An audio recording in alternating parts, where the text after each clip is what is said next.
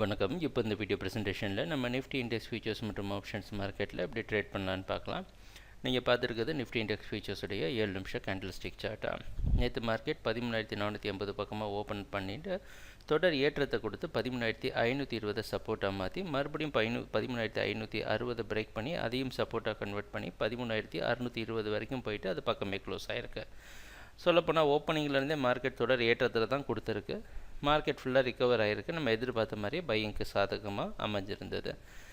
இன்றைக்கி என்ன பண்ணலாம் அப்படின்னு பார்த்தோன்னா 13,650 பக்கமாக ஓப்பன் ஆகிறதுக்கு வாய்ப்பு இருக்க மாதிரி தெரியுது. ப்ரைஸ் ஓப்பனிங்கில் மாற்றங்கள் இருக்கலாம்.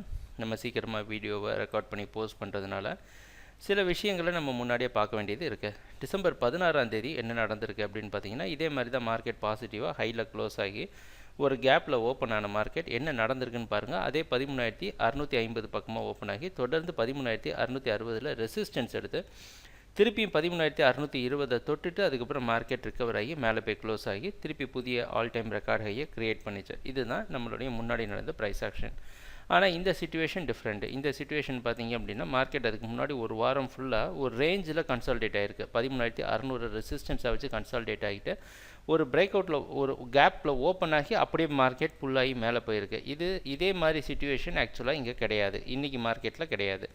அது மட்டும் இல்லாமல் மார்க்கெட் ட்ராப் ஆகிற நேரத்தில் பார்த்தீங்கன்னா 21ஆம் தேதி ஒரு மிகப்பெரிய சரிவு கொடுத்த நேரத்தில் 13,660 நின்று இருக்குது. மார்க்கெட் நின்று ஸ்டாப் ஆகிட்டு மார்க்கெட் இந்த இடத்துல ஸ்டாப் ஆகிற மாதிரி இருந்துச்சு. அதுக்கப்புறம் இந்த ஜோனில் தான் பிரேக் டவுன் ஆகி ஃபுல்லாக கீழே விழுந்திருக்கு மார்க்கெட்டாக.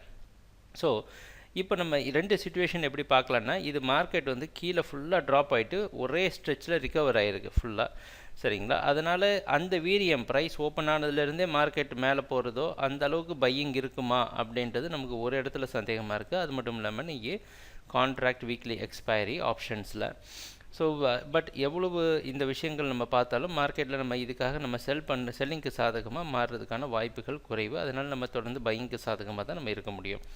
13,600 வரைக்கும் பை பண்ணி 13,590 ஸ்டாப் லாஸ் வச்சு ட்ரேட் பண்ணலாம். மார்க்கெட் தொடர்ந்து பையிங்க்கு சாதகமாக இருக்கும்னு எதிர்பார்க்கலாம். ஏன்னா நிறைய பேர் என்னென்னா 13,600க்கு கீழே மார்க்கெட் க்ளோஸ் ஆகாதுன்னு சொல்லி ஆப்ஷன்ஸ் மார்க்கெட்டில் நிறைய பெட் பண்ணியிருப்பாங்க. ஸோ இந்த கிரிட்டிக்கல் ரேஞ்ச் கீழே வர்றதுக்கு கொஞ்சம் டவுட்டு தான். ஸோ மார்க்கெட் ஓரளவு சரிவை கொடுத்துருந்தாலும் ரிகவர் ஆகி மேலே போயிடும் அப்படின்றது தான் நம்மளுடைய எதிர்பார்ப்பு. ஸோ இந்த ரேஞ்சுக்குள்ளே நீங்கள் ட்ரேட் பண்ணிக்கலாம்.